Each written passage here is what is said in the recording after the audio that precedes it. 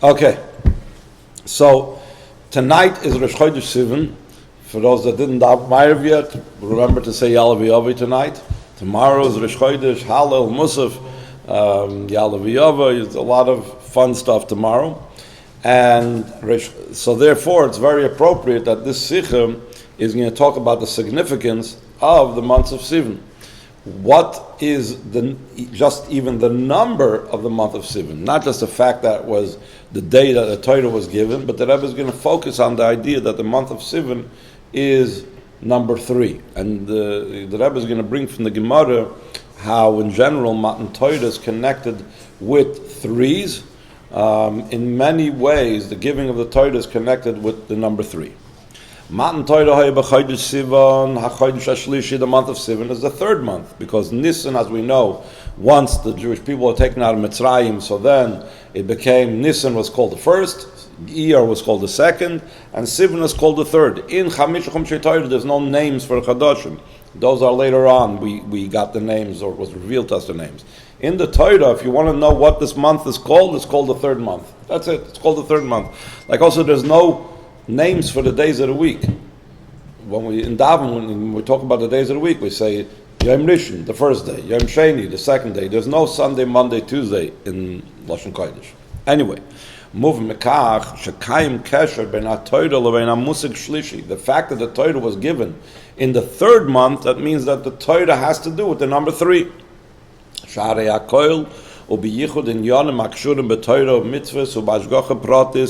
Everything is by divine providence, especially things have to do with Torah Mitzvos. Noisev al kach nimtza kesher bein hachodesh hashlishi bein Matan Torah pirush divrei Razal. This, in addition to what we actually find, the Gemara speaks about the connection with the 3rd month, specifically with the giving of the Torah. There was an Amoyra in the Gemara says, Berich Rachmanu, Baruch Hashem, that the Torah was given, the Uryant Lisai, meaning the 3-part Torah. Torah is made up of Torah, Nevi'im, and Ksuvim. La'am Tlisai, to a 3-part nation. We have Koyanim, Leviim, Yisraelim. B'yarchat Lisai, in the 3rd month. And he also says, Ayidei Tlisai, the Gemara says, Moshe Rabbeinu was the 3rd child. There was Miriam, there was Aaron, and then there was Moshe. So that's another number 3. I think one year, when was the 3,300, and maybe it was the year that was 3,300 years since Matan Torah. This year is going to be 3,336 years since Matan Torah. One year when it was 3,300 years, talking here about 36 years ago, the Rebbe spoke about how we have to make a big tumult about the fact that it's 3,300 years. It's the number 3 in, in a greater number, and times thousands and times hundreds. And even this year, it's 333 and 6, which is twice 3. So you have, everything. And also the 6th day of Sivan is when we celebrate Shavuos. So 3336, since the giving of the Torah, is also a very significant number. Anyway, so the Rebbe asks a question. Ton hezber ma'ach shivus ha'miyechedes shebechodesh hashlishi. V'arei kol tafkid shal Torah v'lahavil degilu ba'olam es Hashem echad. B'mtzos Torah achas im kein milos ha'Torah misbatas ba'achdas v'level shloisha. Torah is considered one Torah. It may have many details and may have many levels and many ways of understanding it, but it's all considered a Torah achas. And it is a means to bring down into the world that we should experience our connection with Hashem Echad, with the one Hashem. So therefore, it seems to be a little bit of an oxymoron to connect Torah with the number 3. Torah should be connected with the number 1. It should be given maybe in the 1st month. Why do we make such a big deal about the number 3 and Torah? Hakushi ma'amik yaiser lo'ira dvarim dalahalon hakesher shal chodesh hashlishi u'be'ikar leTorah k'l'shayin Razal uryant lisai chulu ba'yarchet lisai. The main uniqueness of the Torah being given in the month of Sivan was that Matan Torah, the giving of the Torah, was Torah that was given, not so much the Mitzvos, as we're soon going to explain. Because Mitzvos existed even before the giving of the Torah. There's a 6 and a 3 there too. In the what? 6:13. 6:13, right. Ve'ilu chelik min ha-mitzvos haya kayam as lifnei Matan Torah. There was mitzvos b'nei Noach, there was mitzvos Mila, mitzvos shenitztav b'mara. These were all mitzvahs that existed prior to the giving of the Torah. There was the 7 mitzvahs that the children of Noach had. There was also the mitzvah that Avraham Avinu was given, and for all of his children to circumcise. And then there's also in Mara, which is a stop in the wilderness between Egypt and coming to Har Sinai, they were commanded about Shabbos, and they were commanded, I think, about honoring father and mother, and they were commanded different laws that have to do with courts. So the idea of mitzvahs was not something novel. That was not something new that came about by the giving of the Torah. Rather, Nochin Amnum Sheikh Hashivuson Shal Mitzvahs Elu Doim L'Chashivuson Atzvam Lachar Shnitnu B'Sinai Ach Mitzvos Shal Mitzvahs Haisa Kayamas Boifen Kloli Lifnei Matan Torah. The Rebbe says, though there is still a difference between the mitzvahs that were given before the giving of the Torah and after. The Rambam explains that even though Avraham Avinu was commanded to circumcise his children, and he was commanded to tell his children to circumcise their children, the reason why we do a bris these days is not because of Avraham Avinu, but because Hashem commanded us on Har Sinai. In other words, the mitzvahs took on a totally different level of mitzvahs once it was given on Har Sinai. So it changed the mitzvahs. Whatever mitzvah was in existence prior to the giving of the Torah, it changed after the giving of the Torah. Yet still, it wasn't something totally new. It existed beforehand. The primary thing is, we don't say it was Matan Mitzvos. The main thing is, Torah was given to us. What's the advantage of Torah over mitzvahs? Yisroy Nashal Torah, top of the second column, L'gabe ha-mitzvasu, L'fi ha-muzvar betanya bekach, Shaydei ha-mitzvahs nasa adam kemerkava l'alakus. Kidug mas ha-merkava am-vatel, says Ritzoyna al-Ritzoyna ha-roichev, ach eino misachedes u'mizdahim ha-roichev. The idea is that mitzvahs make a person a vehicle, a channel for Hashem's will down here. Hashem wants something done, and I become Hashem's hands and legs. What is the idea of a vehicle? A vehicle does not have any independent will of its own. All it does is it does whatever the driver wants to do. And if it doesn't, so you take it into the shop because there's something wrong with it. But a healthy, normal, functioning vehicle is one that is Bitul in the terminology of Chassidus. It's sublimated and subjugated to the rider. But it doesn't become completely identified and one with the rider. There is the driver of the vehicle and there's the vehicle. These are two separate entities. That is the same thing with a mitzvah. When a Yid fulfills a mitzvah, he is Bitul to Hashem. He is nullified, he's sublimating himself to Hashem. He is a vehicle for Hashem's will. Hashem wants a Yid to put on film, now I'm putting on film. Hashem wants I should have mezuzah on my door, I have mezuzah on my door. That's like a vehicle that fulfills its mission, its purpose. When a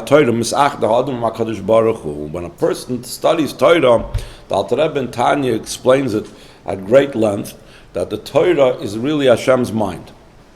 And when I study Torah, my mind becomes completely joined with Hashem's mind. And Hashem and His mind are totally united. So it comes out when I'm taking in Hashem's ideas and mind into my mind. So it's more than just I'm being a vehicle for Hashem.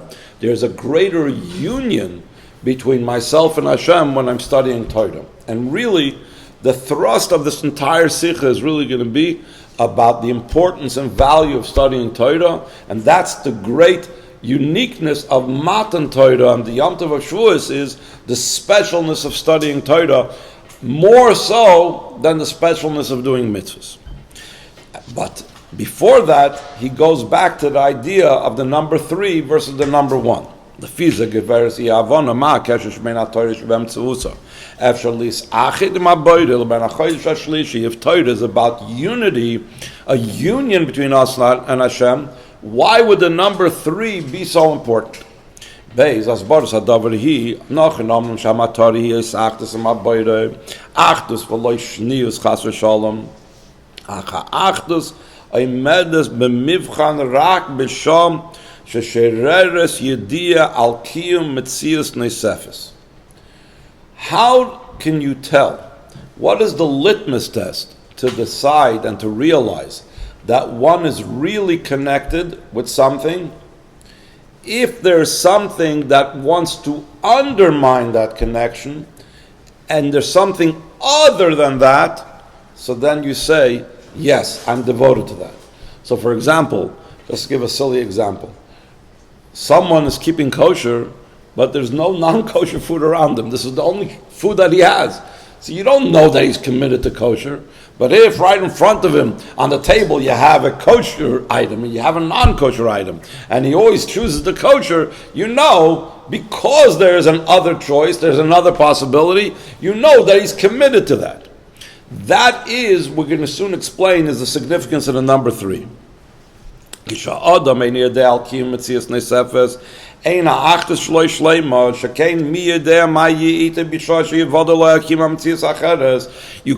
say that they're totally one with something if they have never been exposed to anything else.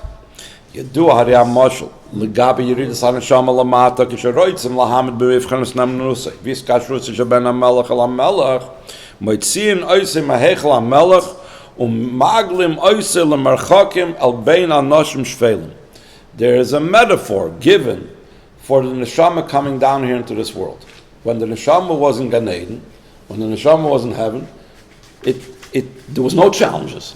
All it was exposed to godliness. It was exposed to Elikus. How do you know about the neshama's commitment?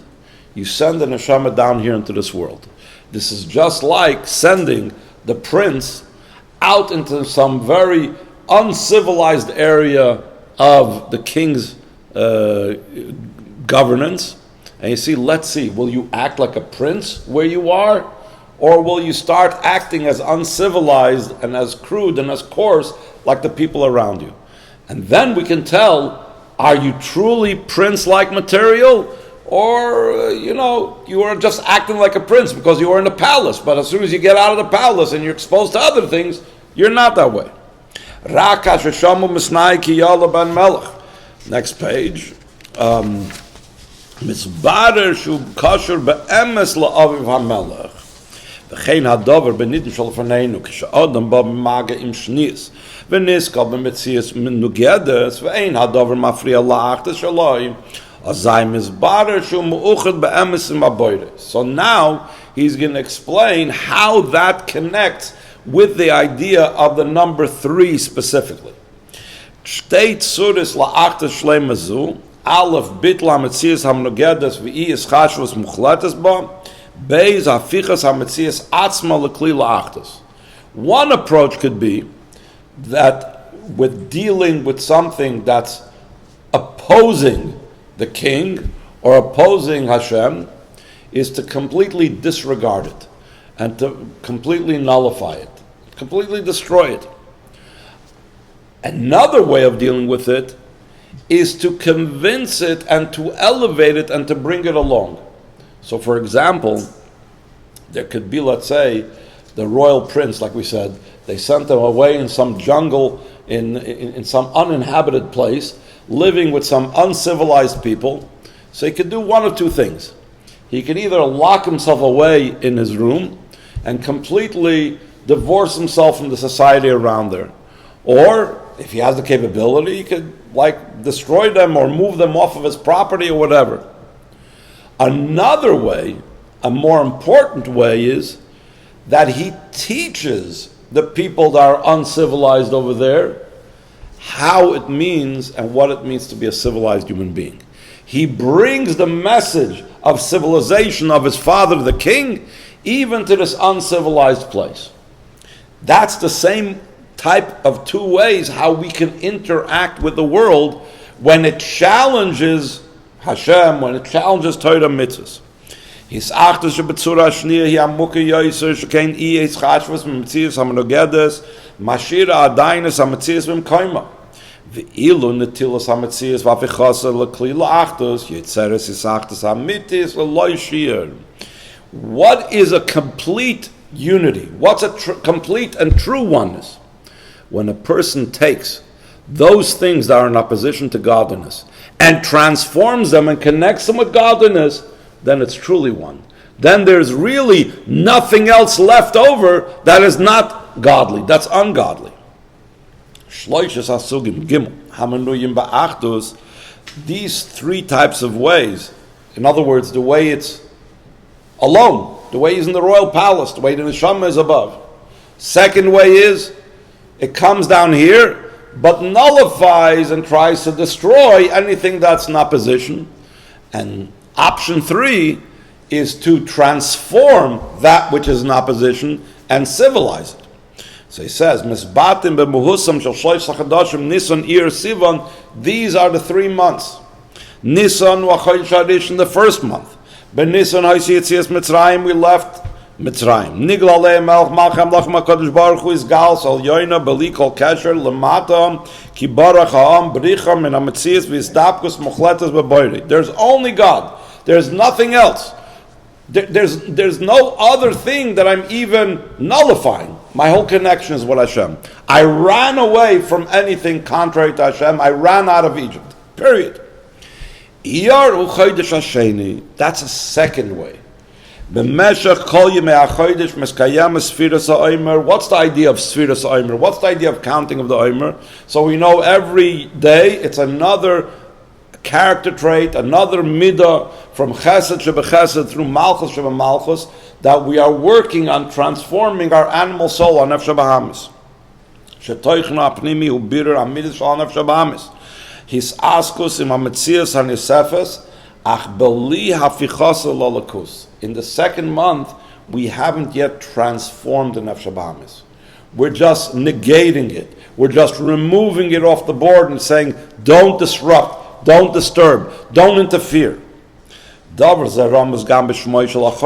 name of the month also indicates this. Top of the second column. Rosh HaTevis Shel Avram, Yitzchak, Yaakov, Rachel is Iyar.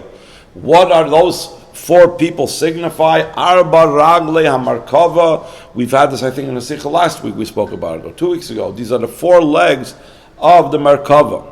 HaMerkava HaMisbateles El HaRoichev. We said before, you have the chariot, you have a vehicle that is nullified and sublimated, it's bottled to the rider. Ach eina misachedes umizdai itoi. A vehicle, like we said before, doesn't become joined and one with the driver. Who knows, maybe in the future with AI and other stuff, there'll be a complete joining of vehicles with drivers. But at the moment, it's still, at the most, it's just something that's sublimated to the rider. Sivan chodesh Matan Torah chodesh hashlishi. What's the idea of the number 3?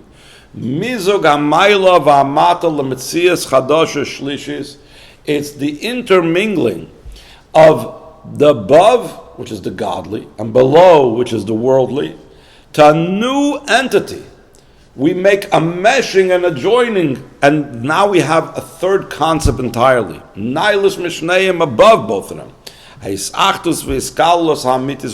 The true joining and the true intermingling in godliness. And now we're going to answer the original question about why the third month, the month of Sivan, the Torah was given.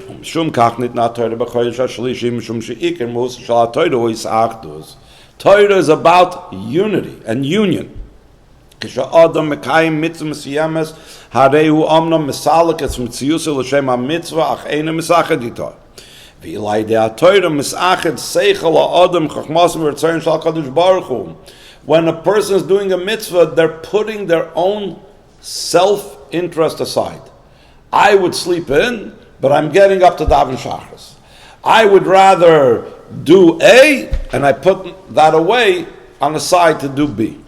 But Torah is more than putting myself aside. Torah, my mind is joining with Hashem. Ha'achtus shal ha'Torah hu inyan shel shlishi, that's the number 3. Mizug seichel ha'adam chachmas shel HaKadosh Baruch Hu, the joining of the person's intellect with Hashem's wisdom, kiviyachol. The Metzias Shlishi is creating now a third entity. Kula Chad, like the Zohar says, that the Torah causes and brings about that the Jewish people and Hashem become entirely one. V'lachein, Moshe kibel Torah misinai, Mitzvos nitna gam b'mara, ach Torah nitna b'sinai bilvad. It doesn't say Moshe received the mitzvahs on Har Sinai. It says he received the Torah on Har Sinai. Shekein af inyan shel Har Sinai hu ichud shnei kotvim. Har Sinai actually is also has the idea of number 3, that it combines 2 extremes. What is it? The machich mikol Torah. It is lower than all the mountains. If Hashem just wanted to give the Torah on a low place to indicate humility, so why give it on a mountain? Give it on a valley, give it on a plain, give it on the desert floor. If he believed that it has to be given on a high place, give it on a tall mountain. By Hashem giving the Torah on the lowest mountain, the Machich Mikol Torah, the lowest mountain indicated the mixing of both. It's the below the world, like coming up towards Hashem, and Hashem coming down on the mountain. It's a combination and a joining of both what he said before, Maila and Mata, the above and below, creating a third entity, a union of the world and Hashem. Not Hashem alone, not the world alone, not even the world becoming negated because of Hashem, but an entirely new aspect came about. Ichud HaMizbate b'Torah Davka, a union that especially becomes expressed in Torah. Top of page 11, I say, Muzbar b'Zoyar, Shechag HaShavuos Naila Mikol HaChagim, Shelachein Uchal Be'emtza Bein Pesach L'Sukkos, Mikivin Shu Emtzeisa de Kula. The center is always higher, better, stronger, more powerful than anything on the sides. So Shavuos has Pesach on one side and Sukkos on the other side. So being that Shavuos is in the middle, so because of that, the Zohar says Shavuos is the highest of all the Yom Tovim. Why? Because what did we say Shavuos is about? Torah. And Torah as well has to do with the center. Torah yanikuda hatichayna shakala inyanim. Ha'uvda shechag HaShavuos ein ela yom echad v'loy kepesach v'sukkos shu Shavuos shmayni yamim. We see something else interesting that distinguishes Shavuos from Pesach and Sukkos. Pesach in the Torah and in the land of Israel 7 days. Sukkot in the Torah and the land of Israel is 8 days. Here in Chutz La'aretz we have Sveika D'Yoma, we have Yom Tov Shel Golya, so it's 8 days and 9 days. But one might think that Shavuos in the land of Israel is only 1 day. In our Torah it's only 1 day. So one might think, 1 day, it's nothing. So perhaps that indicates it's lesser state in comparison to Pesach and Sukkot. So the Rebbe says just the opposite. The Zohar just said that Shavuos is the highest Yom Tov. And that height and that power is expressed in the fact that it's 1 day. It's concentrated in that center line in that 1 day. Ela adrab, hayom ha'echad shel Chag HaShavuos oisa, es mi ka'amcha ki Yisrael goy echad ba'aretz. The one nation became from that 1 day. Shamitis ha'achtus u'b'toira shenitna Shamitis inyan ha'achtus u'b'toira shenitna b'chodesh ha'shlishi davke. Now the Rebbe is going to explain what's so special about the center line. What's so great about being in the center. Shtei milos b'kav emtzoi, we find 2 advantages in it. Aleph, kav emtzoi mishubach mishnei kav ma'achedim. He describes about how a teacher walks with his colleagues or his students when they're walking in the street. So the master, the teacher, is in the middle. The greater one of his students is to the right of the teacher, and the lesser of the students is to the left. What does that indicate, but? That the most powerful thing is always in the middle. So that's the center line, that's Shavuos. That's the idea of Torah, the power of the center. Beis kava emtzoi hu shoyrish kol hakavim shegein kava emtzoi oilad hakeser shoyrish u'mokar kol hasfiras. According to Kabbalah, the center line is also the spheres, the 10 spheres above are divided into 3 lines. There's Chesed is the right line, Gvur is on the left line, Tiferes is on the center line, others are on the center line. The center line is the most powerful because it reaches up to the highest most level. And that indicates how powerful it is because it's the source for everything else. He's going to explain some more about it as we go on. Both of these advantages are found in Shavuos being the center. Aleph, first of all, like we said before, Shavuos is greater than all the Yom Tovim. But also, b'Shavuos nitna Torah b'nemar al kol hamoedim. On Shavuos, the Torah was given. Torah tells us about all the Yom Tovim. How do I know to keep Pesach? How do I know about Sukkot? Because I read it in the Torah. So Shavuos is not just more powerful because it's in the center, but it's the more powerful one because it's the source for Pesach, and it's the source for Sukkot. K'amar le'el ikir inyan shel Chag HaShavuos hu haTorah. Af milus limud haTorah al kiyum haMitzvos. The advantage of Torah study over mitzvahs. He b'shtei inyanim hamurim. Aleph, mitzvahs Talmud Torah gedolim mikol haMitzvos k'maimer azal v'Talmud Torah k'neged kulam. Torah study is greater than all the mitzvahs, like we say every morning that Torah study is greater or comparable to all. Beis, Talmud HaShoyrish. Torah study is the root. Hamevi l'chol mitzvahs. Torah is what brings us to all the mitzvahs. K'maimer azal, Gadol Talmud shemevi l'dei ma'asim. Talmud study Torah. Torah study is what brings all the mitzvahs to be done. Hezer b'davar hu, the explanation this is taryag mitzvahs and keneged taryag evorim. We know the fact that there's 613 mitzvahs, those correspond to 613, he calls it limbs and organs, but it's more than that. It's different bodily areas and sections. There's Ramach mitzvah says that 248 positive commandments connected Ramach evorim correspond to the 248 limbs and organs that a person has. V'shasam mitzvahs loisa connected shasa gidim, the 365 negative commandments correspond to the 365 veins, capillaries, sinews, all these like connector type of things. Torah hi bedugmas moichin. That is the body. What's on top of the body? The brain. Torah, in comparison to the mitzvahs, is like the brain in regard to the rest of the body. And the brain's advantage over the rest of the body is also twofold. Shem shemayl samoichem akol evorim b'shtayim aleph chayis hamoichem nailem achayis shebechol evorim beis hamoyach kol b'soicha gam achayis shebechol evorim v'gam shoyrish lahem. First of all, the vitality and energy that's in the brain is much more powerful and much greater, and the neshama that's in the brain is greater than the rest of the body. But another component is that the brain directs the rest of the body. And the brain is connected to the life force of the rest of the body, therefore it feels an injury that happens to the rest of the body, it's aware of a pain that happens to the rest of the body, and so on. So too, Torah is the source of all the mitzvahs, directs all the mitzvahs. It's beyond all the mitzvahs, like the brain is beyond the rest of the body. We said, what is another thing about the center line, which Torah is, which Shavuos is? It goes up to the essence of the level of Keser, which is on top of the 10 spheres. Even higher than the way the spheres themselves are in Keser. In addition to the qualities that we mentioned earlier,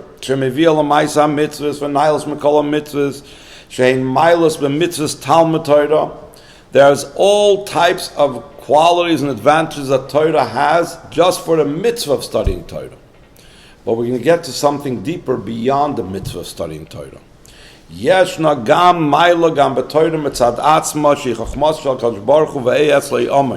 The Torah says, I was a nursling by Hashem. I'm like a baby by Hashem. I'm, like the expression maybe in English, this is my baby, when you say this is my project, this is something I'm interested in. The Torah says, I'm Hashem's baby. I am who Hashem nurses. There's a special connection and relationship between Hashem and the Torah. Shezeu gam amitis inyan limud Torah lishma. Throughout different places, it's brought down the advantage of Torah study for Torah study's sake. Not just because of some other reason, not for an ulterior motive, but just for its own sake. What's it mean for its own sake?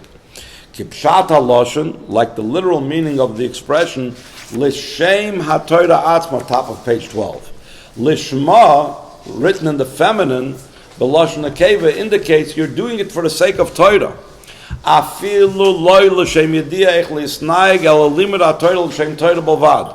You're not just studying Torah just to know how to do the mitzvahs. That's not the ultimate level in Torah. Of course, a person needs to learn Torah to know the halacha. But there's the greater quality of Torah that is just studying Torah even though it has no practical application. Dugmas ben shaloi ros aviv meshach zman shu koidoloi. Ukshrei'ehu noifel al tavar aviv amelach mechabke min ashkei dover she'ein lishum te'elis kol shishtis mei mekach kim beglala av atzmai. A son that hasn't seen his father will hug and kiss his father for no reason, not because he's trying to get anything out of his father, just he loves him so much. The same thing ken gam ish mi Yisrael kisheyesh le rega echad poni boy bicholte lakachas es aviv hamelech b'mtzos haTorah. We said before that when a person studies Torah, he becomes one with Hashem. This is like a child being able to hug his father. That when we study Torah, we are taking hold of Hashem. He holds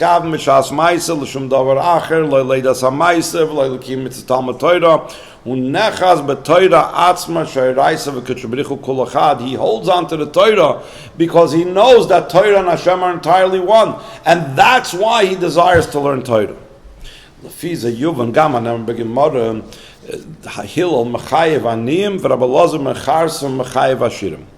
Hillel was a very, very poor person, but he had a great desire to learn Torah. And in those days, you had to pay a coin to be able to get into the Beis Medrash, to be able to listen to the Shir in Torah.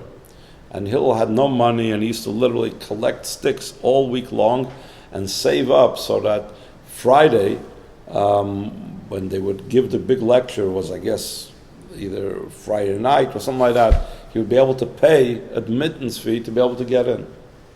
1 week, he wasn't successful in getting the money to be able to be admitted. So he realized there was a skylight on top of the Beis Medrash. So he decided they weren't going to let him in. He was going to climb up on top of the roof and stick his ear to the window, to the skylight, and try to hear what's going on at the bottom.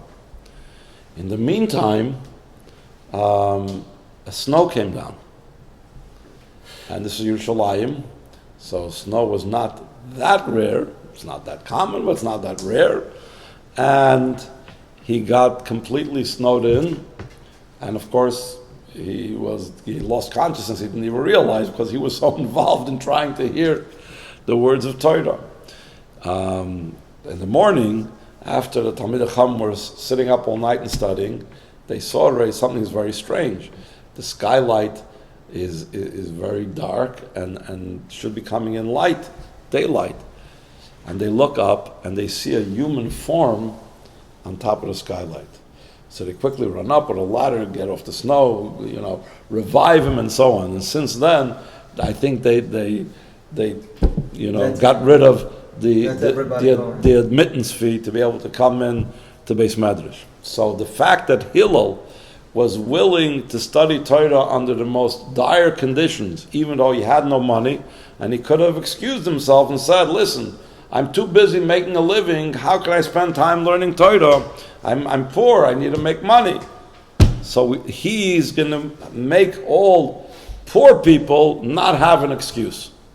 There was another person on the other end of the spectrum called Eliezer ben Charsim. Elazar ben Charsim. The Gemara describes his riches. I'm not going to go into how the Gemara describes it, but he was inordinately wealthy. And he also found time to learn Torah. So again, no rich person is be able to say, how can I learn Torah? I'm too busy, I have so much on my head, I have so much riches to take care of, and so on. So these two are going to take care of the people on both sides of the spectrum. So he says, if either poor or rich people will say, why didn't I study Torah? Because of the burdens that I'm facing. To see that you could do it anyway. So the Rebbe asks a very simple thing. We know, just like any other mitzvah, every person has an obligation to study Torah, whether they're rich or whether they're poor. Except that if a person has greater opportunity to study Torah, so he has to devote more time to studying Torah. If a person has less opportunity to study Torah, it's not that he's completely released from obligation. He still has to learn a minimum of one chapter in the morning, one chapter in the evening.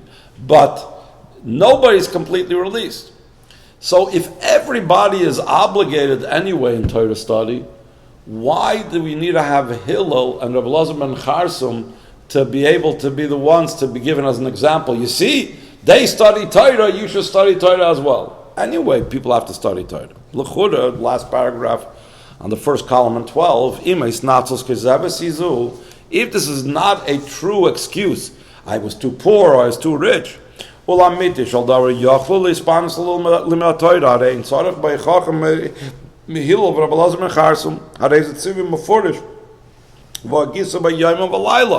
there's an obligation to do so.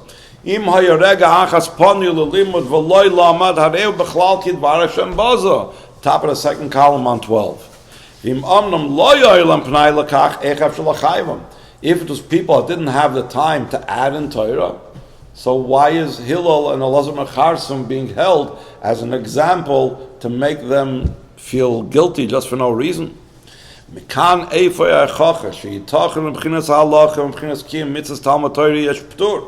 Well, the Mroisa is Mitachai Slavos, Vahergoshes, Hanoim, Shabatoira, Shairais, Kuchabrichu Kolochad, Mismasrim, Latoira, Gambe Mokum Shalpidin Pturim. The Rebbe says here an amazing thing.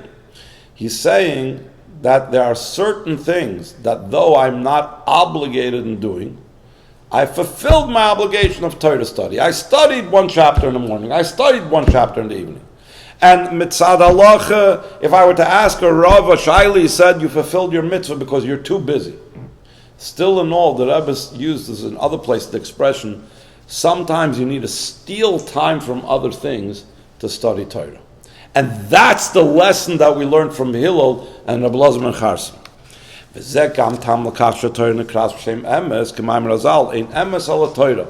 Torah and emes have a connection with each other. Truth doesn't stop. If it's true, it's ongoing. If today it's true and tomorrow it's not true, that's not truth. It could be real. Something could be real today but not real tomorrow. But truth is constant and always. The Gemara uses a term, lying rivers are not kosher to make for it para aduma, etc. Because why are they called lying rivers? Because once in 7 years they dry up. So something that's not constant, consistent, it's called lie. It's called a lie. Emes, on the other hand, the pasuk says tikkun la'ad is set forever. Davar zeramus gamba oisius emes. The letters that make up the word for truth in Lashon Kodesh indicate this as well. Mem emtsoyis oisius v'taf. That's why it includes all the letters from the beginning, middle, and end of the Aleph base.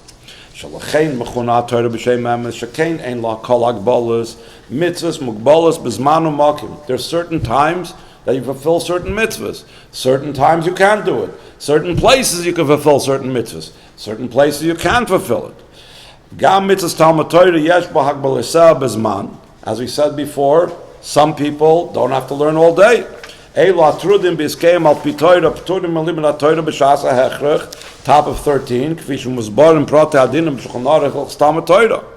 Aval HaTorah atzma eino mugbelas klal lo bezman v'lo b'malkim kenemer b'gemara lo oinse shani. The Gemara talks about that even though there are certain places where a person may not study Torah, a place where a person's undressed, they're showering or whatever, still in all, it speaks about someone that like couldn't control themselves, and even in the shower, even in the restroom, thoughts of Torah fell in, because even though I, for the mitzvah of Talmud Torah, have certain limitations, but Torah itself is like unbounded, and it could like come into places and come into times when there's no obligation.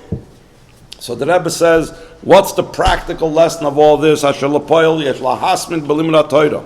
Loy lilmud k'dei lotzes k'dei shulchan aruch shebesofer shel davar alul alavi maskana shel b'shulchan aruch hef shel ilma gam perik echad shachar perik echad harvest. Not just to learn, like they say in Yiddish, auf yoytze sein. Because if you're just learning to fulfill the obligation, you could fool yourself into thinking that all I'm obligated in is just this one chapter in the morning and one chapter in the evening. A person is subjective. A person cannot be relied on their own self. And perhaps I think that all I could do is one perek in the morning, one perek in the evening. But in truth, there's more time if I were to sit down and figure it out.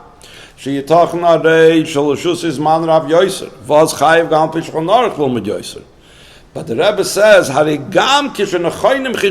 even if his calculations are correct, and he really doesn't have more time, because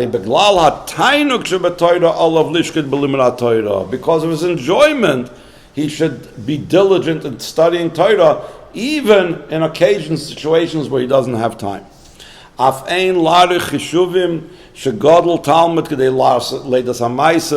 We also shouldn't make calculations. Why am I learning? To know what to do. That's not the only reason I'm learning. I'm learning for the love of learning.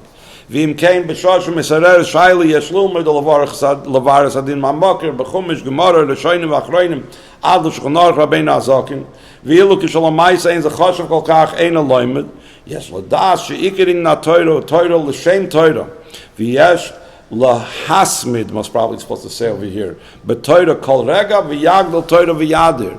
There's an idea that Rebbe is going to talk about soon, that there's just the idea of increasing in Torah just for its own sake.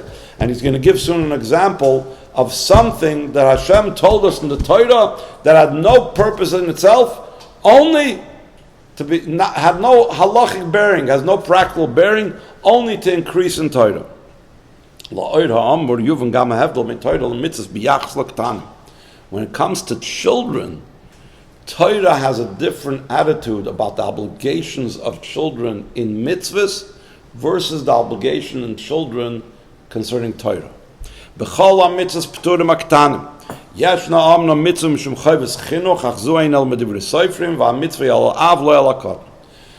mitzvahs, there is no obligation of a child to do a mitzvah. There's an obligation of the father to educate his child, and even that, it's a rabbinic mitzvah. This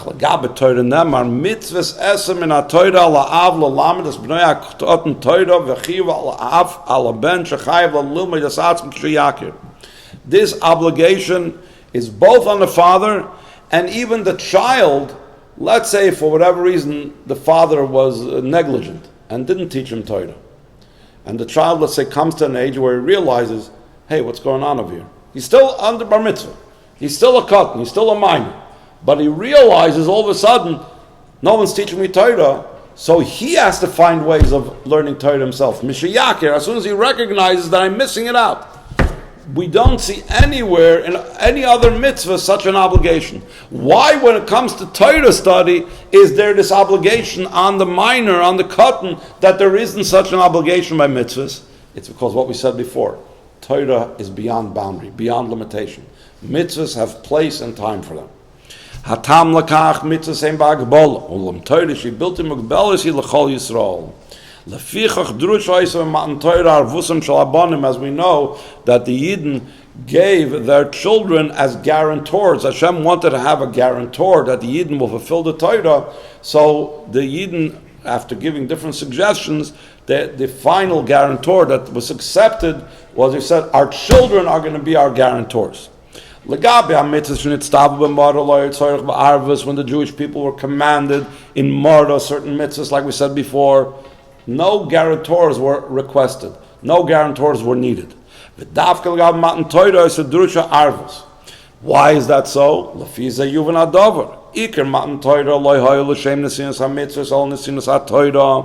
And Torah's obligation shechiyuva gamal ktanim. V'kivin shagam aktanim chiyovim b'limrat Torah. Luya chashivas dafke bahem ukmash mesayim shom b'medrash b'olim v'yonkim yisadata ois. The foundation of the Torah, the yesod of the strength of Torah, came from children and even from babies, because Torah is applicable to all beyond age limitations. V'zegam in Torah's emes, like we said before, emes hu me'alef ad tof. Me'amadreges hanailis b'yoyser ad lebchusois mitzad echad nikras ha-Torah oimek roim. Torah is called the deepest. In other words, now he's going to give a deeper understanding in this aleph through taf. Aleph indicates the deepest, most concepts in the Torah. Torah goes very, very deep. L'mayla mileidas ha'maisa, beyond even dealing with action with the halachas of the mitzvahs. L'mayla men yonim akshurim ba'asiyah.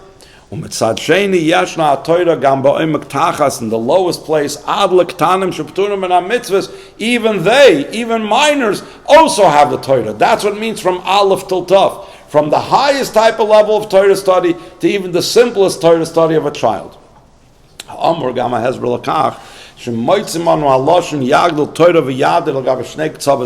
Before we said that there's an idea of increasing the Torah and glorifying it. And we find that expression, Yagdel Torah v'yadir, in two extremes. In the highest extreme and the lowest extreme. B'makom echad mitzutat bitul zeh l'gav melamdi tanoikis shein halacha sh'asagos gvul amora behem mishum Yagdel Torah v'yadir. Hamaduber hu arei be'elu ha'iskim b'litchils halimud oimek tachas. There is a halacha of something called hasagas gvul. If someone has a certain business in a certain area, and the area can't support more than one such business, so a person is not allowed to open another business similar to that close by. It's called hasagas gvul because you're undermining that other person's business because there's not enough customers to support both. The exception to this rule is opening a place to teach Torah. Opening a yeshiva, opening a cheder, a day school, a Hebrew school, whatever it is. What? Here he's talking here about Malamdi Tanoikis. Could be. Here he's talking about Malamdim. Why? Because Yagdel Torah v'yadir. Because that is the glory of Torah, to increase and to have more people studying Torah, more places that study Torah, and so on. We said before, children is like the lowest level, the initial stages of Torah study. When we're talking about the signs of a kosher fish needs to have two signs: fins and scales. In Hebrew it's called snapir is fins, kaskeses is scales. So the Gemara says like this: anything that has scales, there's no fish in the sea that has scales that doesn't have fins. So therefore, in truth, to be able to determine if the fish is kosher, you don't have to check if it has fins and it has scales. As soon as you see that it has scales, you know automatically that it has fins and therefore it's kosher.